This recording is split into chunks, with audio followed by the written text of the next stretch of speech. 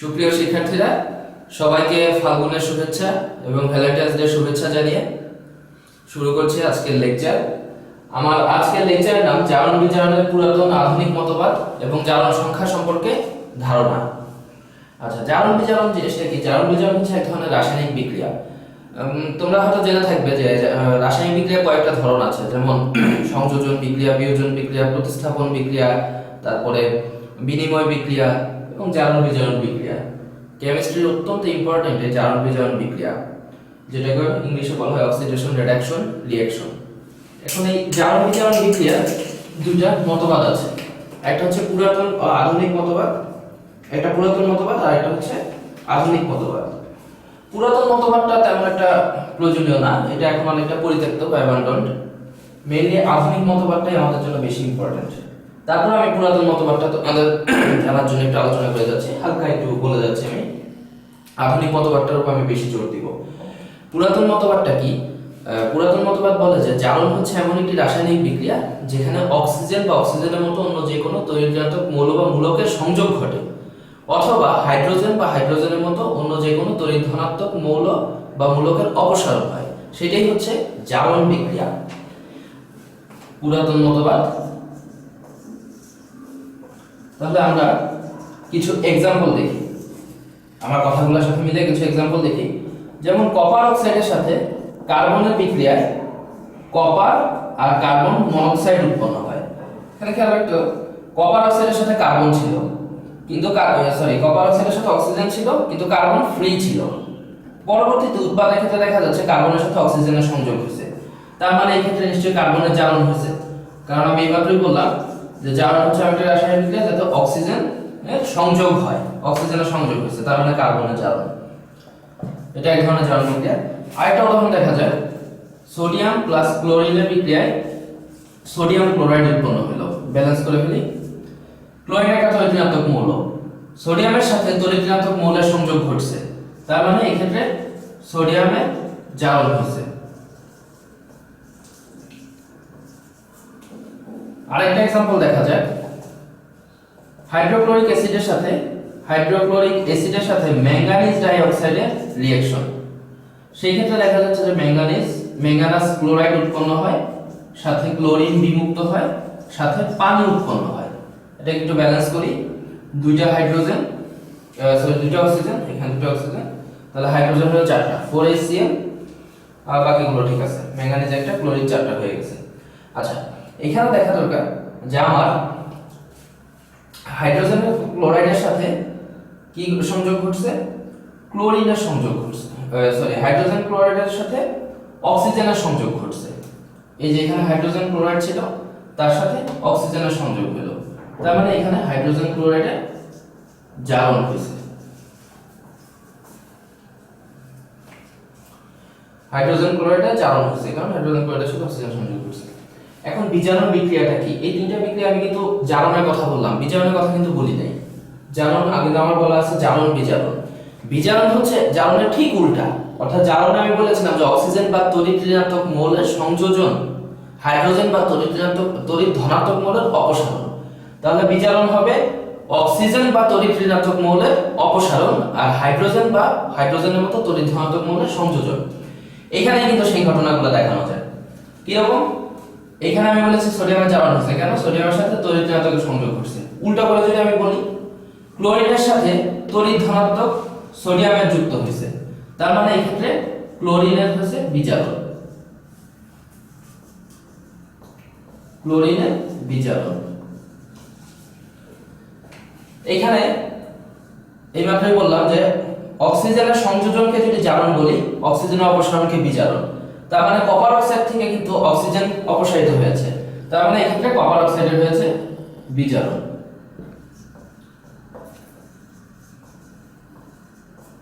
Copper অক্সাইডের হয়েছে বিজারণ। এই তো মোটামুটি পুরাতন মতবাদ, এটা আমাদের তেমন দরকার নেই, জানা থাকলেই হলো। এখন আমরা চলে যাই সরাসরি আধুনিক মতবাদ। আধুনিক মতবাদটা অনেক সহজ, কিন্তু সম্পূর্ণ আধুনিক মতবাদটাকে ইলেকট্রনীয় মতবাদও বলা হয়, কারণ জারণ বিজারণের আধুনিক মতবাদটা সম্পূর্ণ ব্যাখ্যা করা হয়েছে ইলেকট্রন আদান প্রদানের ধারণার উপর ভিত্তি করে। জারণ বিজারণের আধুনিক মতবাদটা কি? জারণ হচ্ছে এমন একটি রাসায়নিক বিক্রিয়া যাতে ইলেকট্রন ত্যাগের ঘটনা ঘটবে, আর বিজারণ হচ্ছে এমন একটি রাসায়নিক বিক্রিয়া যাতে ইলেকট্রন গ্রহণের ঘটনা ঘটবে। আমরা মনে রাখার সুবিধার জন্য এই জন্য বলি যে জারণ মানে ছাড়ন, জারণ মানে ছাড়ন, অর্থাৎ ছেড়ে দেওয়া যেটা সেটাই হচ্ছে জারণ বিক্রিয়া। তো ছেড়ে দেওয়ার উল্টা কি হবে? গ্রহণ করা, গ্রহণ করা হবে বিজারণ বিক্রিয়া। তার মানে বিজারণ মানে গ্রহণ, বিজারণ মানে গ্রহণ হবে, জারণ মানে তাহলে ইলেকট্রন ত্যাগ করলে সেই বিক্রিয়াটাকে বলা হবে জারণ বিক্রিয়া, ইলেকট্রন গ্রহণ করলে সেই বিক্রিয়াটাকে বলা হবে বিজারণ বিক্রিয়া। এটা একটু ডিটেইলস জানা দরকার। আমি একটা একটা করে एग्जांपल একটু ভালোভাবে ব্যাখ্যা করছি। ফার্স্টে আমি একটা एग्जांपल নেই। নাম্বার 1, সোডিয়ামের সাথে ক্লোরিনের বিক্রিয়া। একটু আগেই যেটা লিখলাম যে সোডিয়াম প্লাস ক্লোরিন বিক্রিয়া করে সোডিয়াম ক্লোরাইড উৎপন্ন করছে। আমি এটাকে এখনো ব্যালেন্স করব না, আমি ইলেকট্রনের ধারণা থেকে টোটাল ব্যালেন্সটা দেখাই দিচ্ছি সুন্দর করে। আমার এই ক্ষেত্রে সাজেশন থাকবে যে যখনই এই ধরনের জিনিসগুলো ব্যাখ্যা করতে বলা হবে যে একটা বিক্রিয়ার মধ্যে জারণ বিজারণ বিক্রিয়াটা ব্যাখ্যা করো, অথবা আরেকটা প্রশ্ন থাকে তোমাদের জারণ বিজারণ বিক্রিয়া যুগপৎ ভাবে ঘটে অর্থাৎ একসাথে ঘটে, সেটা দেখাও। পুরো জিনিসটাই আমি এখন একটা নিয়ম বা রুলস মেইনটেইন করে একটা প্যাটার্ন দাঁড় করে তোমাদেরকে বিক্রিয়াটা ব্যাখ্যা করে দেখাই দেব, তোমরা এটা ফলো করবা। তাহলে তোমাদের জন্য জারণ বিজারণ বিক্রিয়াগুলো ব্যাখ্যা করা খুব সহজ হয়ে যাবে। আমি আবার লিখতেছি, যেগুলো সিঙ্গেল আছে সেগুলোকে ঠিকই রাখলাম, কিন্তু যেগুলো যৌগ অবস্থায় আছে সেগুলোকে আমি একটু ভেঙে লিখতেছি ব্র্যাকেটে, জাস্ট আমাদের সুবিধার জন্য। Sodium plus plus chlorine. Actually ঘটনাটা তো এরকমই ঘটছে যে সোডিয়াম ক্লোরাইড এমন একটা যৌগ যাতে ধনাত্মক সোডিয়াম আয়ন এবং ঋণাত্মক ক্লোরাইড আয়ন আছে, বা ধাতব সোডিয়াম আয়ন এবং অধাতব ক্লোরাইড আয়ন আছে। আমি যদি এটাকে ভেঙে লিখি তাহলে প্যাটার্নটা এরকম হবে। এখান থেকে কিন্তু একটা ধারণা পাওয়া যায় যে সোডিয়াম এখান থেকে গিয়ে সোডিয়াম প্লাস হয়েছে, আর ক্লোরিন এখান থেকে গিয়ে ক্লোরাইড মাইনাস হয়েছে। স্বাভাবিক অবস্থায় এদের চার্জ কিন্তু 0। সোডিয়াম 0 থেকে +1 চার্জ ধারণ করলো, আর ক্লোরাইড 0 থেকে -1 চার্জ ধারণ করলো। এবার এটাকে আমরা একটু ব্যাখ্যা করার চেষ্টা করি যে সোডিয়াম তাহলে কিভাবে +1 চার্জ ধারণ করলো। নিশ্চয়ই সোডিয়াম একটা ইলেকট্রন ত্যাগ করে ফেলছে, যেটা ত্যাগ করার ফলে সোডিয়াম +1 একটা electron deficiency, that means sodium +1। এখন তাহলে আমি একটু আগে বললাম যে জারণ মানে ছাড়ন, জারণ বিক্রিয়া হচ্ছে ইলেকট্রন ত্যাগ। এখানে সোডিয়াম ইলেকট্রন ত্যাগ করছে, তাহলে এটাই তো জারণ বিক্রিয়া। তাহলে এখানে জারণ বিক্রিয়া ঘটলো। তাহলে এই ইলেকট্রনটা তার বাতাসে ভেসে যায়, এই ইলেকট্রনটা নিশ্চয়ই অন্য কেউ গ্রহণ করছে। কে গ্রহণ করবে? এই বিক্রিয়ায় আরেকজন আছে ক্লোরিন, নিশ্চয়ই ক্লোরিন ইলেকট্রনটা গ্রহণ করলো। তাহলে ক্লোরিন যদি ইলেকট্রন গ্রহণ করে তাহলে ক্লোরিনের সাথে ইলেকট্রন অ্যাড হবে, অ্যাড হয়ে ক্লোরিন মাইনাস হবে। এখন দেখো আমাদের কিন্তু ম্যাচ করে যায় যে সোডিয়াম একটা ইলেকট্রন ত্যাগ করে সোডিয়াম প্লাস হয়েছে, ক্লোরিন ইলেকট্রন গ্রহণ করে ক্লোরাইড মাইনাস হয়েছে। আচ্ছা, একটা জিনিস বলা দরকার যে আমরা কখনো এই পাশে এইভাবে মাইনাস দিয়ে লিখতে পারি না। সোডিয়াম মাইনাস ইলেকট্রন লেখা যেই কথা, আর সোডিয়াম প্লাস আর প্লাস একটা ইলেকট্রন লেখা একই কথা, সবসময় এইভাবে লেখা হবে। এখন ক্লোরিন যখন একটা ইলেকট্রন গ্রহণ করতেছে, আমি এইমাত্র বললাম যে ইলেকট্রন গ্রহণ মানে বিজারণ, তার মানে এই অংশটা নিশ্চয়ই বিজারণ ঘটনা ঘটছে, অর্থাৎ এই বিক্রিয়াটাই হচ্ছে জারণ বিক্রিয়া, এই বিক্রিয়াটাই হচ্ছে বিজারণ বিক্রিয়া। অর্থাৎ একটা বিক্রিয়ার মধ্যে জারণ বিজারণ কিন্তু একই সাথে ঘটতেছে। এটা এখনো শেষ হয় নাই, আমি কন্টিনিউ করি। এখান থেকে দেখা যাচ্ছে যে ক্লোরিনের ইলেকট্রন আছে কিন্তু দুইটা, সরি ক্লোরিনের পরমাণু আছে দুইটা, কিন্তু এখানে ক্লোরিন দেখা যাচ্ছে একটা। তাহলে আমাকে কি করতে হবে? দুইটা ক্লোরিন করতে হবে, ক্লোরিন দুইটা, কারণ বিক্রিয়াতে দুইটা ক্লোরিন পরমাণু আছে। তো দুইটা ক্লোরিন পরমাণু কি একটা ইলেকট্রন গ্রহণ করবে? কখনোই না। দুইটা ইলেকট্রন দুইটা ক্লোরিন দুইটা ইলেকট্রন গ্রহণ করে দুইটা ক্লোরিন পরমাণু ক্রিয়েট করবে। এই দুইটা ইলেকট্রন কোথা থেকে আসলো? এখানে দেখা যাচ্ছে ইলেকট্রন একটা। ইলেকট্রন তো কখনো রাসায়নিক বিক্রিয়ায় নতুন ইলেকট্রন সৃষ্টিও হয় না, ধ্বংসও হয় না। যে কয়েকটা ইলেকট্রন ত্যাগ করছে সেই কয়েকটা ইলেকট্রনই গ্রহণ হয়েছে। তার মানে দুইটা ইলেকট্রন গ্রহণ হয়েছে মানে দুইটা ইলেকট্রন ত্যাগ করতে হবে। সেটা তাহলে আমি 2 দিয়ে ব্যালেন্স করে দিচ্ছি সবাইকে। দুইটা সোডিয়াম পরমাণু দুইটা ইলেকট্রন ত্যাগ করলো। এখন যদি আমি টোটালটা একটা দাগ দিয়ে যোগ করে দেখি, যোগ করি, যোগ করলে কি হচ্ছে? দুই পাশ থেকে ইলেকট্রন ইলেকট্রন কাটা যাচ্ছে, থাকতেছে কি 2Na প্লাস 2Cl সমান একটু নিচে করে লিখি 2Na প্লাস 2Cl সমান হচ্ছে 2Na প্লাস 2Cl মাইনাস। তাহলে এখান থেকে আমরা বলতে পারি যে এই ক্ষেত্রে যেহেতু ইলেকট্রন ত্যাগের ঘটনা ঘটছে, এই ক্ষেত্রে হলো এইটা হচ্ছে জারণ বিক্রিয়া, আর এই অংশে যেহেতু ইলেকট্রন গ্রহণের ঘটনা ঘটছে, তাহলে এই অংশ হলো বিজারণ বিক্রিয়া। বিজারণ বিক্রিয়া ছয়টা টার্ম খুবই ইম্পর্টেন্ট: জারণ, বিজারণ, জারিত, বিজারিত, জারক, বিজারক। জারক, বিজারক, আমি জারণ বিজারণের কথা বললাম। আচ্ছা, এইখানে সোডিয়াম একটা ইলেকট্রন ত্যাগ করে জারিত হয়েছে, অর্থাৎ এইটা হচ্ছে সোডিয়ামের জারিত অবস্থা। ঠিক একইভাবে ক্লোরিন এখানে একটা ইলেকট্রন গ্রহণ করে বিজারিত হয়েছে, এটা হচ্ছে ক্লোরিনের বিজারিত অবস্থা। এই যে সোডিয়ামটা জারিত হলো, এটা কার দ্বারা জারিত হয়েছে? ক্লোরিনকে দ্বারা, অর্থাৎ ক্লোরিন উপস্থিত ছিল বলে এবং ক্লোরিন প্রভাবিত করছে বলে সোডিয়াম জারিত হয়েছে। তার মানে ক্লোরিন হচ্ছে জারক। খেয়াল রাখতে হবে, জিনিসটা কিন্তু উল্টা। আর ক্লোরিন বিজারিত হয়েছে কার দ্বারা? সোডিয়ামের দ্বারা, সেজন্য সোডিয়াম হচ্ছে বিজারক। বিজারক, 6টা টার্ম হয়ে গেল। আচ্ছা, এখন এটা একটু কমপ্লিট করার ব্যাপার আছে সুন্দর করে। তাহলে আমি লিখতে পারি 2Na আর 2Cl না লিখে Cl2 লিখতে হবে। কেন? কারণ অ্যাভোগাড্রো বলে গেছে যে নিষ্ক্রিয় গ্যাস ব্যতীত অন্যান্য যে কোনো মৌলিক গ্যাসের অণুসমূহ দ্বিপরমাণুক, অর্থাৎ তার একমাত্র fluorine, chlorine, bromine, iodine, krypton, xenon এরা ছাড়া সমস্ত মৌলিক গ্যাস সমূহ দুইটা পরমাণু দ্বারা গঠিত হবে। That's why chlorine is diatomic. 2Na plus Cl2 equals to এটা কিভাবে লিখলাম? 2NaCl। এখন এখান থেকে ব্যালেন্সও হয়ে গেল, টোটাল জিনিসটা লেখাও হয়ে গেল। এটা খুব ইজি একটা एग्जांपल ছিল। আমি এবার আরেকটু কঠিন একটা एग्जांपल যাই। কঠিন থেকে কঠিনতর एग्जांपल যাব।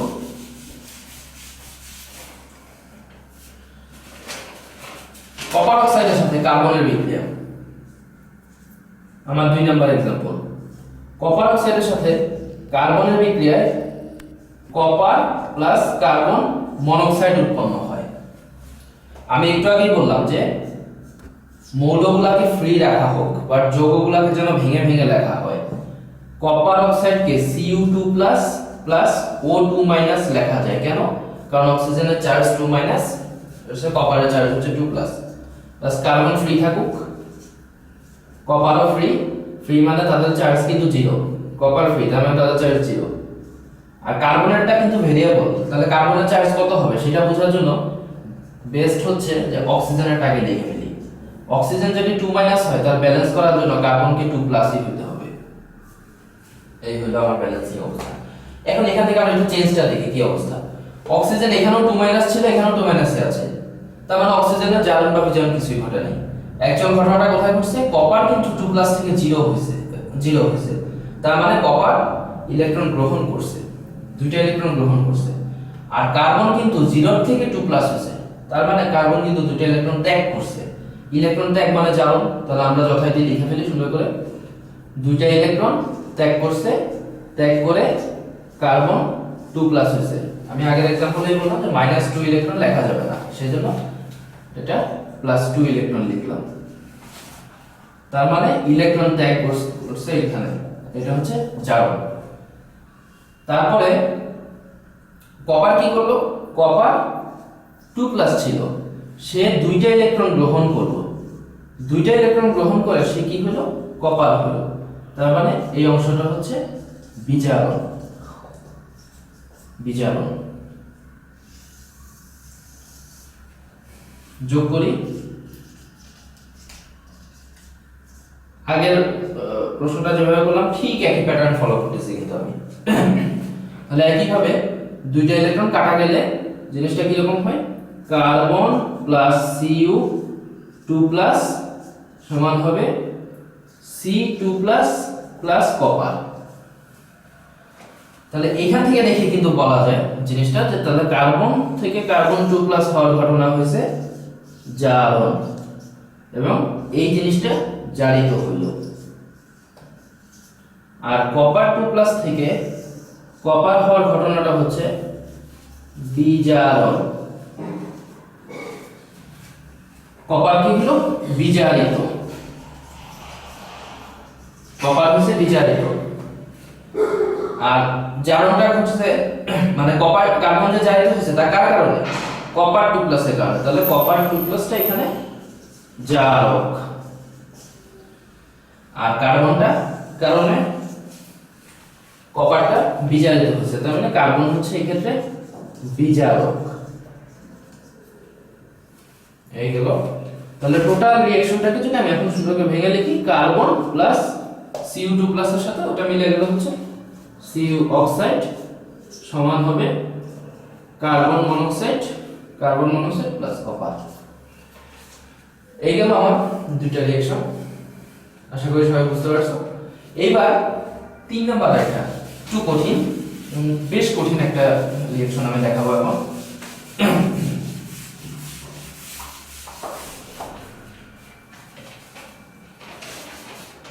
3 নাম্বার ফেরিক ক্লোরাইড FeCl3। ফেরাসের দুটো অবস্থা আছে, ফেরাস মানে যার যোজনী 2 এবং ফেরিক যার যোজনী 3। ফেরিক ক্লোরাইডের সাথে স্টেনাস ক্লোরাইড SnCl2